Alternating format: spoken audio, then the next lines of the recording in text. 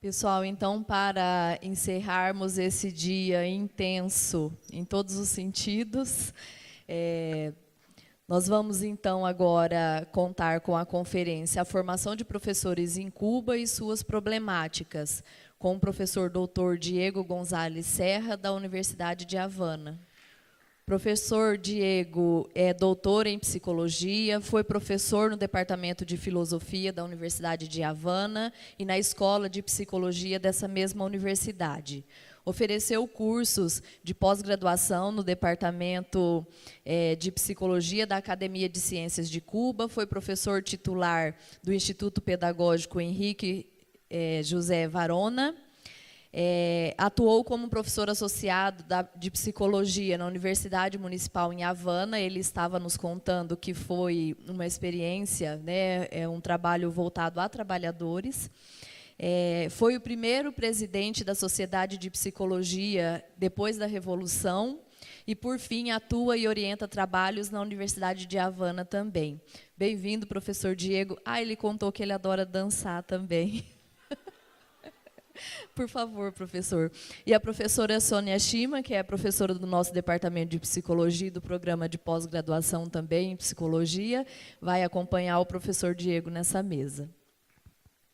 Bueno, voy a hablar en español, por lo tanto, para que me entiendan bien, voy a apoyarme en estas proyecciones.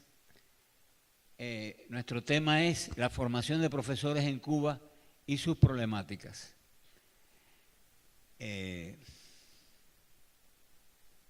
Permítanme exponer inicialmente algunos datos históricos y actuales que son necesarios para comprender el estado actual en Cuba de la formación de profesores de la enseñanza superior y media. En 1959, un movimiento guerrillero triunfó en la República de Cuba, compuesto por campesinos, obreros y estudiantes, liderado por Fidel Castro, el cual derrocó al gobierno de Fulgencio Batista, quien años antes dio un golpe de Estado al presidente constitucional Carlos Prío Socarrás, instaurando una dictadura militar. Las primeras medidas dictadas por el nuevo gobierno revolucionario cubano provocaron que el gobierno de Estados Unidos fuese su enemigo principal, pues la revolución había realizado una reforma agraria que nacionalizó las tierras de la United Fruit Company y posteriormente otras propiedades norteamericanas. En los primeros tiempos, los Estados Unidos privaron a Cuba de la cuota azucarera que ellos compraban, rompieron las relaciones diplomáticas y prepararon secretamente un ejército de elementos cubanos desafectos a la revolución para invadir a Cuba en 1962 por Playa Girón en la Bahía de Cochinos, al sur de Cuba. Esta fue la primera derrota del gobierno norteamericano en América. El objetivo era desembarcar un gobierno de cubanos contrarrevolucionarios en Cuba que pidiese la intervención del ejército de Estados Unidos. El intento fue derrotado, pues no se pudo desembarcar dicho gobierno debido a la acción, a la guerra, no debido a los combates. Pero la invasión a Cuba era una posibilidad cierta por parte del ejército de Estados Unidos. Esto, a petición de Cuba, llevó a la Unión Soviética a instalar en Cuba proyectiles de alcance medio que dio lugar a la crisis de octubre, la cual puso al mundo al borde de una guerra nuclear. Por parte de Estados Unidos se instauró un riguroso bloqueo económico a Cuba que ha durado más de 50 años y costado más de 130.000 millones de dólares. Durante los años 70 y 80 del pasado siglo, Cuba estableció muy favorables relaciones económicas con el campo socialista, pero la situación se agravó de manera extrema a partir de la caída del campo socialista de Europa y la URSS en la década del 90, la cual determinó una perenne situación económica desfavorable que ha lastrado gravemente el desarrollo de la República de Cuba. Debido a enfermedad de Fidel Castro, supremo líder de la revolución, fue electo Raúl Castro como presidente de la República y secretario general del Partido Comunista. La tarea principal de este nuevo presidente ha sido mejorar la situación económica del país, conservando su carácter socialista y las conquistas de la revolución. Díaz-Canel, nuestro nuevo presidente.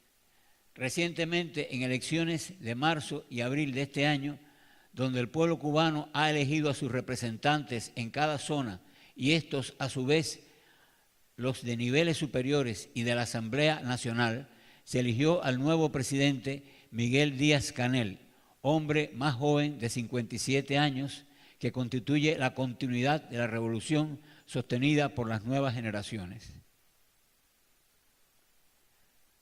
Anteriormente, bajo la dirección del presidente Raúl Castro, se sometió a discusión por todo el pueblo una nueva política económica que favorece el desarrollo de la autonomía de los productores movidos por el interés material, impulsando el trabajo por cuenta propia, dando más independencia e iniciativa a la empresa estatal socialista y favoreciendo el establecimiento de relaciones con los Estados Unidos. Por iniciativa de ambos gobiernos, el 20 de julio de 2015 se establecieron las relaciones diplomáticas con los Estados Unidos, lo cual ha mejorado el turismo y otros aspectos, a la vez que Estados Unidos mantiene con todo su rigor el bloqueo económico contra Cuba, la propaganda contrarrevolucionaria y el estímulo a la emigración y a la deserción del pueblo y de los médicos cubanos. Se aspira a desarrollar un socialismo próspero y sostenible, favoreciendo las medidas ya mencionadas y la inversión de capitales extranjeros en el país. No obstante, se aprecian dificultades en ese empeño y se continúa luchando para lograrlo. El gobierno de Trump. Casi todo lo alcanzado por el presidente Obama en el mejoramiento de las relaciones con Estados Unidos ha sido eliminado por el presidente Donald Trump, conduciendo las relaciones a los peores momentos anteriores. Por determinación de Trump, las embajadas en ambos países han reducido casi totalmente su personal y no se ofrecen nuevas visas. El bloqueo se arrecia. La aplicación de la nueva política económica por parte del gobierno cubano ha sido acompañada por el riguroso bloqueo de Estados Unidos y la crisis económica internacional, lo cual ha agravado la situación económica. No obstante, se mantiene la resistencia del pueblo y su apoyo a la revolución, como se ha evidenciado en las recientes elecciones y los grandes desfiles del 1 de mayo. Vamos a la obra de la revolución. Se comprende que el daño que esta situación económica produce en la formación de profesores y en toda la vida del país. No obstante, a pesar de esta fuerte oposición militar, política y económica de los Estados Unidos, la Revolución Cubana ha realizado una importante obra en las esferas educacional, de salud pública, de justicia social y de colaboración con el mundo. A pesar de su situación económica, Cuba ha destinado cuantiosos recursos económicos para ayudar a otros países. Véase, por ejemplo, la ayuda a Haití de diversa índole, la ayuda en la alfabetización a muchos países de América, la Escuela Internacional de Ciencias Médicas, donde se forman miles de estudiantes extranjeros, la ayuda a la liberación de Angola, Namibia y la derrota del apartheid en África del Sur. La primera obra educacional de mayor importancia que realizó la revolución en los primeros años, 1961, fue la eliminación del analfabetismo en todo el país. 120.000 brigadistas, jóvenes de la enseñanza secundaria y universitaria y todo el pueblo se centraron en la tarea de enseñar a leer y a escribir a 1.700.000 analfabetos en ciudades y en los lugares más distantes y de difícil acceso. En la etapa anterior, antes del año 1959, los profesores de la enseñanza superior y media eran graduados universitarios que enseñaban en los institutos preuniversitarios o graduados de la escuela de oficios o autodidactas de experiencia que daban clases en las escuelas formadoras de técnicos. O sea, no existían escuelas formadoras de maestros de la enseñanza media. La ejecutoria de la Revolución Cubana en el poder se ha caracterizado por establecer la enseñanza gratuita en todos los niveles y para toda la población. No existen escuelas ni universidades privadas y una persona puede cursar desde el preescolar hasta el doctorado más especializado sin tener que pagar un centavo. No hay analfabetos y todos los niños y jóvenes estudian. El Estado cubano invierte la mayor parte de su presupuesto en la educación y en la salud, pues la atención médica también es absolutamente gratuita. Tanto las consultas médicas como las operaciones y tratamientos más sofisticados y costosos son absolutamente gratis para todos, para los más pobres y los de mejor situación económica. Las medicinas son baratas al alcance del pueblo. Sobre la formación de profesores universitarios. En consecuencia, con esta política estatal, se ha establecido un Ministerio de Educación Superior y un amplio sistema nacional de universidades en todas las provincias del país, jamás concebido antes, en las cuales se forman profesionales y los más destacados graduados pasan a convertirse en profesores universitarios. También los profesionales que se destacan en su labor pasan a formar parte del profesorado universitario. Todos están sometidos a un sistema riguroso para el logro de las categorías docentes superiores. La universalización universitaria. A comienzos del siglo actual se extendió la universidad a los municipios y algunas carreras se programaron en clases por encuentros cada 15 días para facilitar a los trabajadores su asistencia a la universidad. Se establecieron también para algunas carreras cursos a distancia. Actualmente se ha reducido este sistema de universalización, pero se mantienen, primero, cursos los sábados para trabajadores, en el cual yo trabajo como profesor. Y segundo, la enseñanza durante toda la semana, cuyos graduados tienen asegurado un trabajo profesional al graduarse. Sobre la formación de profesores de la enseñanza media, igualmente se ha desarrollado un sistema de institutos superiores pedagógicos o universidades pedagógicas y de la enseñanza técnica y profesional bajo la dirección del Ministerio de Educación, que forma profesores para la enseñanza media en secundaria básicas, institutos preuniversitarios y escuelas técnicas. El currículum de la universidad pedagógica. El currículum de todos estos centros para la formación de profesores se compone de enseñanza general, filosofía, historia, psicología, metodología de la investigación, computación, enseñanza del contenido docente a impartir según la especialidad docente para la cual se preparan como profesor y pedagogía y metodología de esa enseñanza. Los profesores graduados, todos los profesores graduados en estas universidades pedagógicas tienen asegurado su trabajo y un sueldo por el mismo y se incorporan a su labor docente, pero existen problemáticas y dificultades en la formación y el desempeño de estos profesores que pasamos a exponer.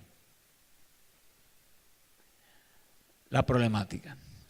La problemática en la formación y desempeño de los profesores, a nuestro modo de ver, presenta tres cuestiones a superar. La primera es la ya mencionada difícil situación económica del país que afecta muy negativamente en cuanto al salario que perciben los profesores. La falta de vocación pedagógica. Confrontamos problemas en cuanto a la falta de vocación pedagógica en los graduados de la enseñanza media, pues muchos no quieren las carreras pedagógicas y por lo general los que ingresan lo hacen por su interés en determinadas materias, pero no por la labor pedagógica. El esfuerzo realizado por pedagogos y psicólogos cubanos ha desarrollado un valioso trabajo dirigido a la formación de la vocación pedagógica en los graduados de la enseñanza media y en los estudiantes ya incorporados a la universidad pedagógica. Se hace un trabajo de promoción de dicha vocación en la enseñanza media. Los preuniversitarios de vocación pedagógica. El Ministerio de Educación ha creado centros preuniversitarios especialmente dirigidos a promover la vocación pedagógica, donde desarrollan círculos de interés y promueven el contacto con pedagogos destacados y los ponen en contacto con la práctica y la investigación pedagógicas. Estos centros especializados han logrado ciertos éxitos en este empeño de promover la vocación por la actividad pedagógica. La labor de los psicólogos. Psicólogos y psicopedagogos han elaborado técnicas de evaluación de esta problemática, han aportado concepciones teóricas y procedimientos prácticos para desarrollar en los alumnos de la universidad pedagógica la vocación por el magisterio, obteniendo éxito. Pero este trabajo debe ser continuado y ampliado. Los medios masivos de comunicación, la televisión y la prensa llevan a cabo una constante propaganda persuasiva sobre la importancia de la labor del maestro, su prestigio y su importancia como forjadores del futuro de la patria. El Día del Maestro es muy celebrado por los medios masivos, se realizan fiestas en las escuelas y regalos a los profesores. El Estado se empeña en la propaganda para promover la vocación pedagógica. Pero el problema sigue en pie. No obstante, el problema sigue en pie y, por ejemplo, ante la falta de profesores de la enseñanza media en secundaria básica en la ciudad de La Habana, hemos tenido que traer jóvenes profesores de otras provincias para impartir la docencia en la capital y crear planes especiales de formación de profesores. Pues nuestra educación es para todos, debe tenerse en cuenta que necesitamos profesores de la enseñanza media para dar clases a todos los adolescentes cubanos y la meta es que un aula no debe componerse de más de 30 alumnos y que es obligatorio para todos los adolescentes cubanos tener vencida la secundaria básica. Otro problema universal, el método pedagógico. Consideramos que este es un problema universal, pero que también se expresa en Cuba. Y quiero hacer aquí un añadido. La formación de la enseñanza y educación reproductivas y creadoras, es decir, el problema de si la enseñanza debe ser reproductiva o creadora, de si es necesario llevar, por ejemplo, las concepciones de la concepción histórico-cultural al método pedagógico, se ha trabajado en Cuba en los primeros años de la Revolución, hasta el 1999, que ocurre la caída del campo socialista, ¿no? Ahí se llevó la formación histórico-cultural que trata de promover un pensamiento creador, una actividad creadora por parte del estudiante. Se llevó a los círculos infantiles que existen en Cuba para que la mujer pueda trabajar. Hay círculos infantiles en todo el país y se llevó el método histórico-cultural a la concepción de la formación de esos niños preescolares. También se llevó a la enseñanza primaria y secundaria, pero no se logró llevarlo a la enseñanza, a la formación de profesores. Y vino el periodo especial, que llamamos así el periodo en que desapareció la Unión Soviética y el campo socialista y se creó una situación económica muy difícil. Y entonces, en ese momento, no se pudo llevar a la formación de profesores. La situación económica muy terrible, muy negativa, pues impidió seguir trabajando en esta dirección. Y como consecuencia de todo este desarrollo, el problema podría formularse así: enseñanza y educación reproductiva y creadoras, o sea, si el alumno debe reproducir solo como un reflejo todo lo que se le enseña, o si por el contrario debemos promover en él la autonomía intelectual, profesional y la creatividad. Esta es una problemática para discutir. No obstante, la formación de profesores en la República de Cuba adolece de los problemas universales que aquejan a muchos países y que se expresan en diferentes concepciones pedagógicas y psicopedagógicas. Esta es una problemática para discutir colectivamente sobre la base de nuestras experiencias, pues aquí pueden haber diferentes criterios. Vamos a ver diferentes concepciones pedagógicas. En el polo de la escuela reproductiva se encuentra la enseñanza tradicional y el conductismo de Watson y Skinner. En el polo de la enseñanza creadora se encuentra en la escuela nueva de Dewey el constructivismo pedagógico inspirado en las enseñanzas de Jean Piaget y la psicopedagogía humanista de Rogers. Los fundamentos teóricos de la pedagogía cubana en cuanto a la orientación científica de los cursos, nos basamos principalmente en el enfoque histórico-cultural y en el ideario pedagógico de José Martí, héroe de Cuba en la lucha del siglo XIX por la independencia de España. Pero lo que se declara en un plano teórico general puede no llevarse adecuadamente a la práctica. Una posición muy frecuente es la pedagogía tradicional. Para la pedagogía tradicional, el maestro es el centro de la enseñanza y la escuela la principal fuente de instrucción y educación. El maestro es el que piensa y elabora y transmite los conocimientos como verdades acabadas, con poco margen para que el alumno elabore y trabaje mentalmente. La pedagogía tradicional tiende a la memorización. El profesor exige del alumno la memorización de una gran cantidad de información que él y los libros exponen y que el alumno asimila de forma completamente ajena a su experiencia concreta, con pocas actividades de carácter práctico. La evaluación del profesor consiste en ejercicios reproductivos. La pedagogía tradicional, ¿cómo concibe la disciplina? La relación alumno-profesor está basada en la autoridad del profesor, quien exige una actitud receptiva y pasiva en el alumno y la obediencia como la virtud principal. El principio educativo es coercitivo y autoritario, a lo cual se añade el paternalismo del profesor, quien le da todo al alumno y con ello limita mucho su independencia. La pedagogía tradicional en relación con el conductismo.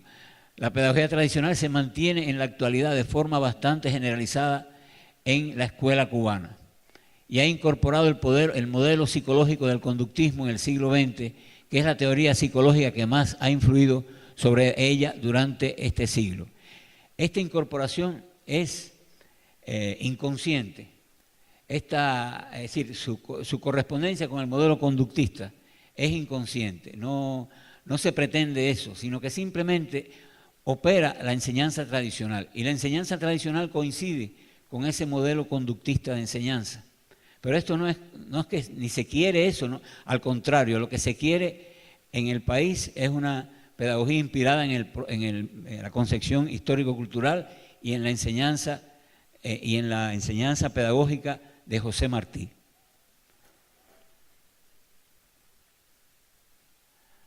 La pedagogía creativa. Veremos brevemente la escuela nueva de Dewey, el constructivismo pedagógico, la pedagogía humanista de Rogers. Todas promueven el rol activo y creador del estudiante. La escuela nueva de Dewey. El interés principal de la educación debe ser el niño, por lo tanto, el punto de partida deben ser los intereses de los alumnos, sus capacidades y tendencias interiores. En consecuencia, el saber de los libros debe subordinarse a la experiencia concreta de los niños y a su propia actividad cognitiva sobre esa base. En la escuela nueva, el maestro debe estimular la respuesta necesaria y dirigir el aprendizaje de manera que el alumno se apoye en la experiencia directa y esté interesado por su propia cuenta. Deben plantearse problemas como estímulo al pensamiento de los escolares, de manera que las soluciones se le ocurran al estudiante. El constructivismo pedagógico, basado en Jean Piaget, se inicia a un movimiento constructivista que ha influido notablemente desde 1970. El alumno, a partir de su experiencia y en diálogo con el docente, ha de construir su conocimiento, el cual no es un reflejo directo de lo que dice el maestro, sino una construcción a partir de la experiencia y criterios del alumno. El rol del maestro en el constructivismo. La función del maestro no es que el alumno reproduzca lo que él o el libro le dicen, sino orientar y estimular la construcción que el alumno realiza de su conocimiento. Por lo tanto, el constructivismo constituye una radical superación de la pedagogía tradicional. La pedagogía no directiva del humanismo. El humanismo concibe al ser humano como portador de una tendencia al desarrollo hacia la realización de sí mismo como una fuerza innata e inmanente. Esta posición en pedagogía destaca la necesidad de una consideración positiva del maestro hacia el alumno. Es necesario que el alumno sea aceptado incondicionalmente. El humanismo promueve la autorrealización. Esto crea un clima de libertad y autorrealización para el alumno, pues el estudiante posee en potencia la competencia necesaria para lograr su desarrollo y la función del profesor ha de ser la de propiciarlo. El profesor ha de ser un facilitador. El humanismo plantea libertad y creatividad. Los alumnos asumen una participación activa en la decisión acerca de qué aprender, cómo, cuándo y para qué aprender y se comprometen en el logro de determinados resultados. Ha de favorecerse la participación del estudiante en investigaciones y el despliegue de su creatividad. Así existe una contraposición entre reproducción y creación. Como hemos visto, existe una oposición extrema entre la determinación externa de la pedagogía tradicional y la autodeterminación de la pedagogía de la creación, la escuela activa, el constructivismo y el humanismo. ¿Y cuál es la posición de Vygotsky? El enfoque histórico-cultural, Vygotsky destaca que la enseñanza es la fuente del desarrollo, o sea que la influencia externa de la sociedad, la escuela y el maestro son decisivos en la formación de las funciones psíquicas superiores del alumno. Vygotsky plantea la necesidad de un aprendizaje creador. Para Vygotsky el conocimiento y la formación moral es una labor del propio sujeto, es una creación, no un simple reflejo reproductivo. El ser humano asimila y crea la cultura, por lo tanto su aprendizaje debe ser creador. La asimilación de la cultura lo engendra como ser humano, pero él tiene un rol activo. La concepción pedagógica de José Martí, héroe nacional de Cuba. La Revolución Cubana se fundamenta en las concepciones políticas y pedagógicas de José Martí, que vivió de 1853 a 1895. Eminente político, poeta, escritor y sobre todo un gran pensador. Él impulsó la guerra de independencia que liberó a Cuba de España y por eso es nuestro héroe nacional, que tiene importantísimas concepciones pedagógicas. La concepción martiana fue la unidad de instrucción y educación. Primero, la instrucción, la asimilación creadora de la cultura por parte del estudiante, de acuerdo a las exigencias sociales del momento y del grado que cursa. Es decir, aquí destaca la formación intelectual o cognitiva. Y segunda, la formación de valores morales, cívicos, patrióticos, humanistas, del sentido de la responsabilidad hacia los demás y su familia, de la disciplina escolar, la formación moral o valorativa. El método pedagógico martiano consiste en la unidad de la instrucción, la formación moral y la práctica social de la vida del estudiante. Estos tres elementos son diferentes, pero se contienen e influyen recíprocamente formando un sistema total. La instrucción debe conducir a la formación moral y a la práctica, y la formación moral se basa en la instrucción y conduce a ella y a la práctica. La formación intelectual debe ser la unidad de reproducción y creación. La didáctica ha de basarse en lo sensorial, en lo concreto. Estas son las ideas de José Martí. En objetos o imágenes o ejemplos y apelar a los criterios y conceptos previos del estudiante en la asimilación de los nuevos contenidos impartidos por el maestro. De manera que la asimilación de los nuevos contenidos sea una reconstrucción por parte del estudiante a partir de su experiencia y conceptos previos y de los objetos, prácticas de laboratorio o visitas a lugares. Esto supone la unidad de reproducción y creación. La formación intelectual y su unidad con la formación moral. La enseñanza, la instrucción se propicia en un modo activo y creador por parte del estudiante. Es una vía fundamental para educar valores. La instrucción es una obra de infinito amor. Requiere responsabilidad por parte del docente hacia sus educandos. El amor y el buen ejemplo del docente en la instrucción forma valores en los estudiantes. La formación intelectual y su unidad con la práctica. La formación intelectual debe concebirse y proyectarse hacia la vida práctica actual y futura del estudiante y que éste tome conciencia de ello. Debe enseñarse sobre todo aquello que tiene un contenido práctico para la vida actual y futura del estudiante, de manera que se motive y enriquezca su práctica con ello. Todas estas son ideas de José Martí. Interpretando a Martí, la formación moral y los estímulos intrínsecos. Los estímulos intrínsecos engendran el amor al estudio, son los más importantes en la formación moral. Comunicar el sentimiento y el ejemplo del maestro, la unidad armónica del amor del maestro, la belleza de los contenidos a impartir y la felicidad personal en el cumplimiento del deber de estudiar. Despertar el interés cognoscitivo es fundamental. Así surge la exigencia externa intrínsecamente fundamentada. Martí, el amor, sentimiento fundamental. El amor del maestro y del padre es la semilla fundamental de todos los valores morales. El odio no construye, así repite mucho Martí, el odio no construye. El castigo solo debe emplearse ante situaciones extremas. Debe preferirse el estímulo positivo y no el castigo, pero vale la indignación ante lo mal hecho. Pero el amor debe ser normalmente exigente y no sobreprotector. Martí no negó la importancia de los estímulos extrínsecos. Los estímulos extrínsecos llevan a estudiar como un medio hacia un fin y son los más influyentes. En los grupos menos desarrollados es necesario emplearlos y mantenerlos, pero deben ser eclipsados por los estímulos intrínsecos.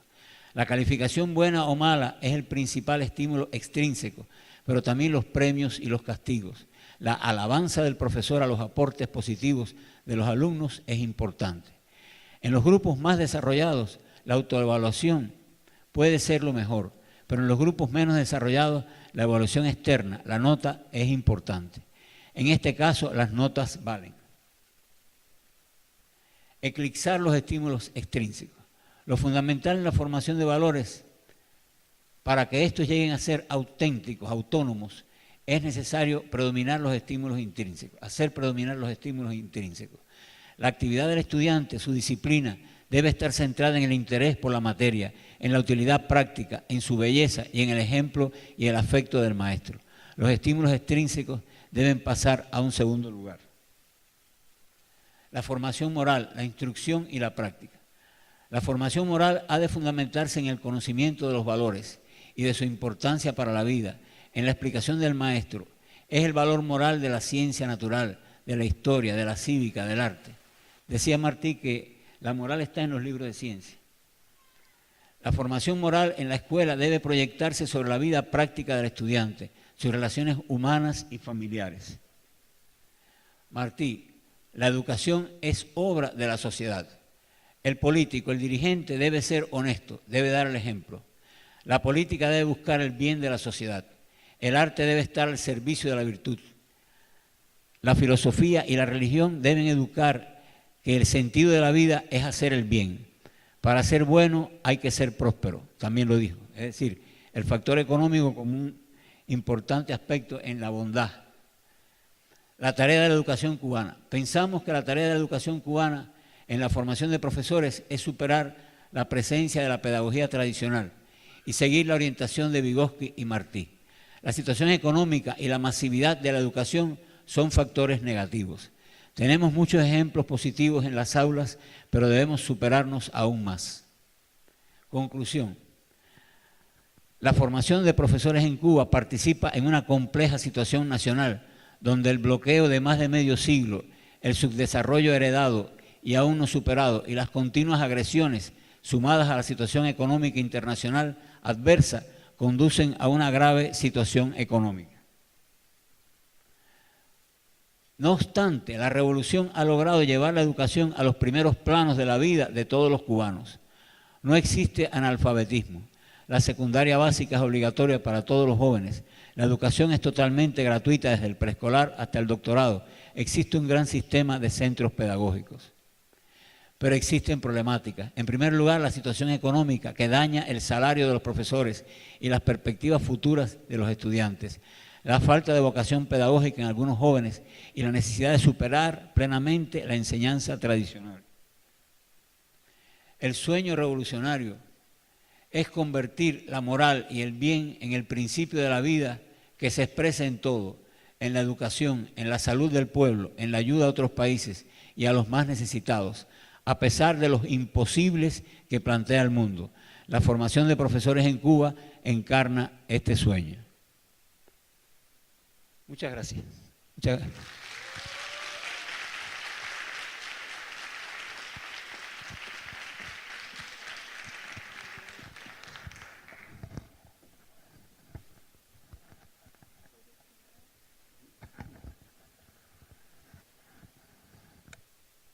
Agradecemos ao professor Diego por estar expondo esses apontamentos e reflexões. Ele havia perguntado se poderia falar da Revolução aqui, se caberia, se não seria mal interpretado e como seria recebido, né? E eu disse que poderia, que não seria mal, porque, sobretudo, a Universidade Estadual de Maringá vem apresentando sua resistência enquanto uma escola pública do ensino superior diante de uma política neoliberal que vem se firmando em todo o planeta cada vez mais e com maior voracidade.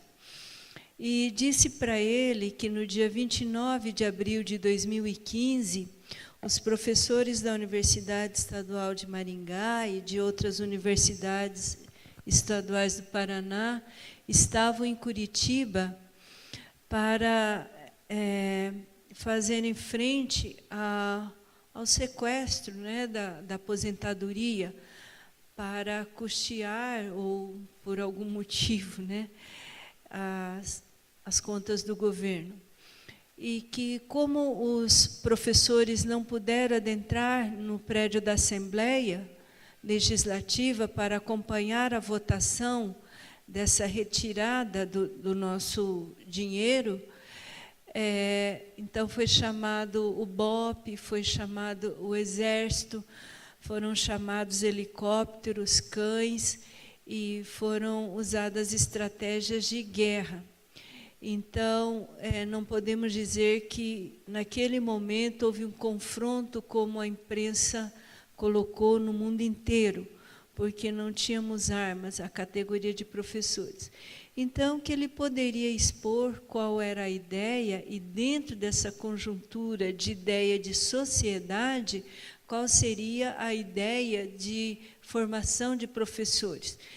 Falei que poderia porque vocês da plateia não ficariam escandalizados, eu creio, né? Que escândalos são outras coisas que nós temos vivenciado. Então, agradecemos ao professor e eu não sei se a comissão permite abrir pelo menos a 2 questões, não sei como está o tempo.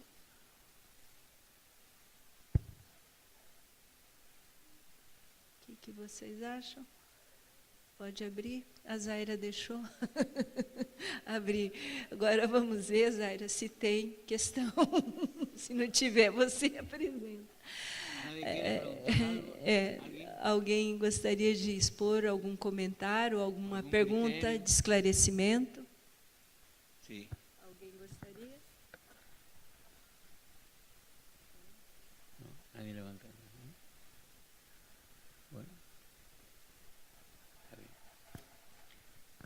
Então, um comentário aqui da mesa. Quando o professor Guilherme, acho que em 2007, num dos nossos CIPSes, e ele nos ajudou muito, porque a professora Marta Schoari não pôde vir, e ele cobriu algumas lacunas que ficaram, e ele também nos ajudou muito, e ele havia exposto que, de fato, não havia dificuldades de aprendizagem, e também o índice de analfabetismo era praticamente 0, e que as crianças se alfabetizavam até em 6 meses.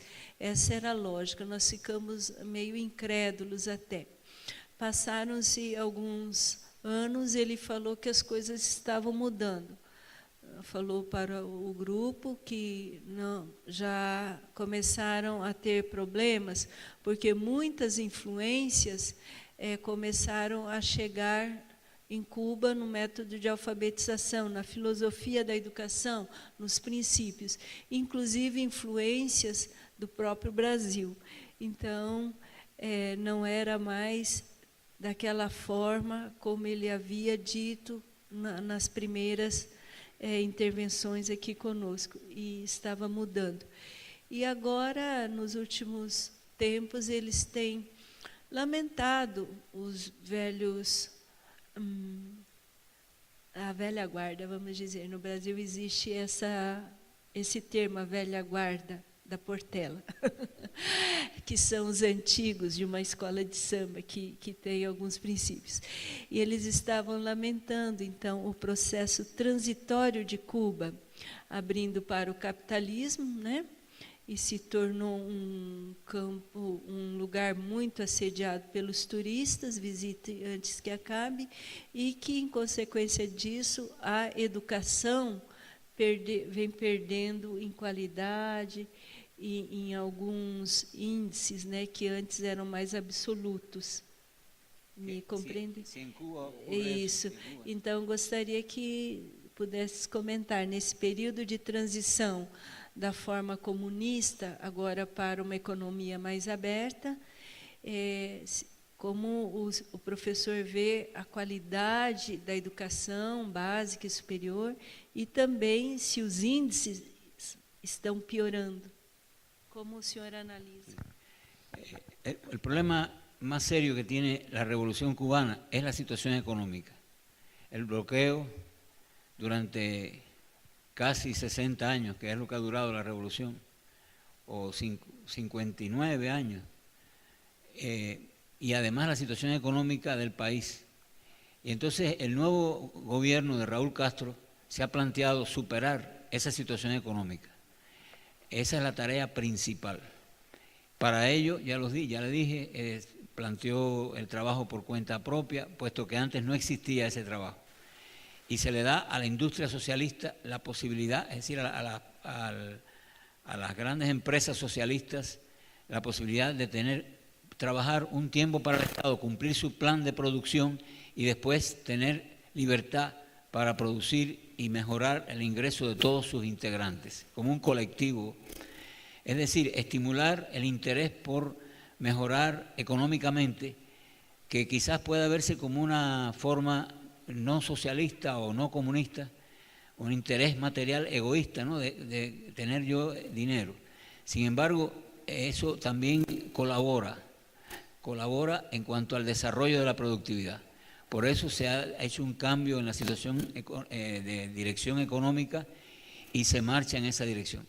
Esto repercute a veces en algunos aspectos positivamente porque se desarrolla económicamente el país, pero negativamente porque aumenta la desigualdad. Es decir, los trabajadores por cuenta propia pueden en algunos casos ganar buenos ingresos, tener buenos ingresos. Y otros que no son trabajadores por cuenta propia, que trabajan para el Estado, pues no tienen esa posibilidad. Entonces, eso puede influir negativamente en la propia deserción de los maestros que dejen la escuela para ir a trabajar por cuenta propia y ganar más dinero.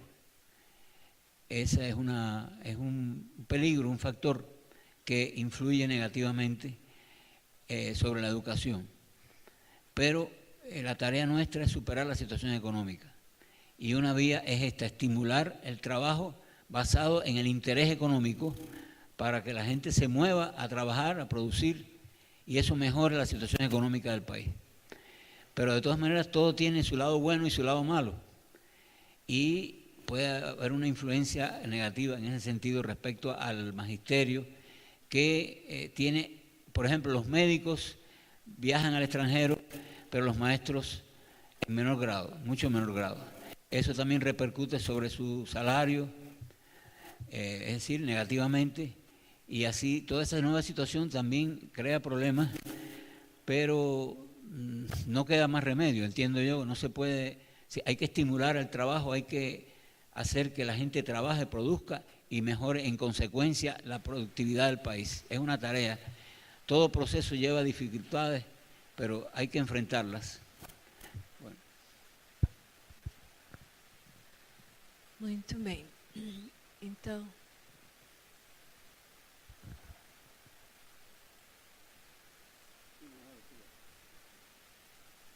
quem está aí?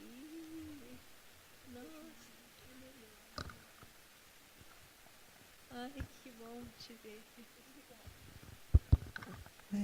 Boa noite, professor. Boa noite, Sônia. Obrigada. Oi, Zé. Boa noite, meu nome é Nilma. Professor, eu gostaria que o senhor comentasse um pouquinho sobre a continuidade da formação dos professores. Porque uma das coisas que a gente fica pensando é que a formação continuada do professor auxilia a diminuir esse pensamento da escola tradicional. Porque aqui a gente tem um modelo invertido. Politicamente, a histórico-cultural ela não é hegemônica, enquanto uma política de educação. E vocês lá têm exatamente isso, e os professores continuam trabalhando na base tradicional. Aí eu gostaria que o senhor conversasse um pouquinho sobre isso. E uma outra questão que eu fiquei pensando, comparando a hora que o senhor colocou, é a questão econômica. Ela é muito definidora no que o senhor chamou de vocação para ser o professor. Como é que vocês estão buscando valorizar a profissão do profesor? Obrigada. Sí, bueno, respecto a la superación de los profesores, al desarrollo de los profesores, fundamentalmente es a través de la superación en maestrías, en cursos de posgrado y doctorado. Hay planes grandes que se pide a los profesores que se desarrollen en maestrías, en posgrados, y realmente ocurre ese desarrollo, está ocurriendo ese desarrollo. Está funcionando esa superación posgraduada en los maestros. Tenemos ese proceso positivo. En cuanto al aspecto económico, el problema económico no es solamente de los maestros, es un problema económico general. Es decir, el salario no cubre plenamente todas las necesidades en los maestros y en personas que no son maestros. Y es un problema, el problema económico del país. Y eso es lo que se está tratando de enfrentar ahora, de desarrollar, por ejemplo, el capital extranjero que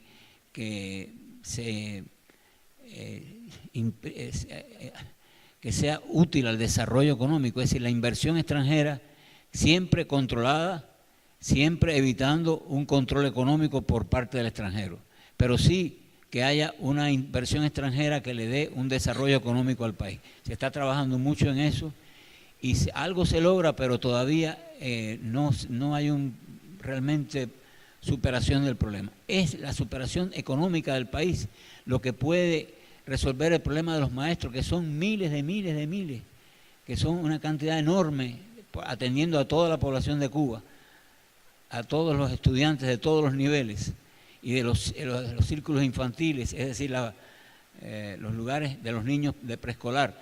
Todo es un enorme ejército de maestros que se le paga, no será ciertamente, cubrirá totalmente sus necesidades, pero pueden vivir, pueden trabajar y pueden desarrollarse. Es decir, la persona que aspira a desarrollarse puede hacerlo a pesar de esas dificultades económicas, aunque ese factor económico influye y es negativo. Pero bueno, se está trabajando por eso, por hacer un país que se desarrolle económicamente y que sea un desarrollo mantenido. Esa es la tarea principal del gobierno actualmente. Bueno, este trastorno, lógicamente... A pergunta da Andressa: no Brasil, o diagnóstico de TDAH tem aumentado. E em Cuba, como aparece este transtorno de déficit de atenção e hiperatividade? Existen, ciertamente en Cuba también, lógicamente, este trastorno existe. Y se trata, los psicólogos de la salud, los pedagogos, trabajan en esta dirección. Y yo no puedo afirmar o decir que se ha desarrollado en Cuba. No puedo decir eso. Creo que existe y se atiende. precisamente existe un sistema de escuelas especiales para problemas educativos especiales, problemas de conducta, problemas de incapacidad. Y se lucha también por no separar al niño de la vida social normal, de la vida escolar normal, que pueda ser atendido en la propia escuela y solamente en casos que no haya otra posibilidad van a una escuela especial. Pero se trata de que el niño sea atendido por el propio maestro, que se supere, pero existe un sistema de escuelas especiales para atender esos trastornos con maestros especialmente preparados, la enseñanza especial. Y ahí decimos que se aplicó el sistema de Vygotsky y últimamente quizás se ha abandonado un poco, pero se aplicó el sistema histórico-cultural a la formación especial. Se me permite, outros 2 cubanos que estiveram aqui em Maringá, Marlin, que era da política do Ministério da Educação para a Educação Especial, e também o Ariel, que é psicólogo e professor da Universidade Havana, eles nos disseram que a política é de buscar o máximo possível o atendimento na escola, trabalhando com a formação teórico-metodológica do professor. E também trabalham muito forte com reabilitação, que envolveria o controle consciente da conduta e pela consciência do seu problema e pelas opções, pelas escolhas voluntárias de algumas opções que vão sendo apresentadas para eles. Então, na educação especial, apresentaram isso. Então, só para complementar o que eles mesmos falaram. Sí, bueno. ¿Alguna otra pregunta o alguna intervención? Bueno, no. Bueno, pues yo quiero agradecer a esta Facultad de Psicología de Maringá el haberme invitado para hacer esta conferencia y agradecer todas las atenciones que han tenido conmigo. Y lo que quisiera es que volvernos a ver en La Habana, algunos de ustedes que vayan y podemos mostrarles nuestra bella isla. Muchas gracias.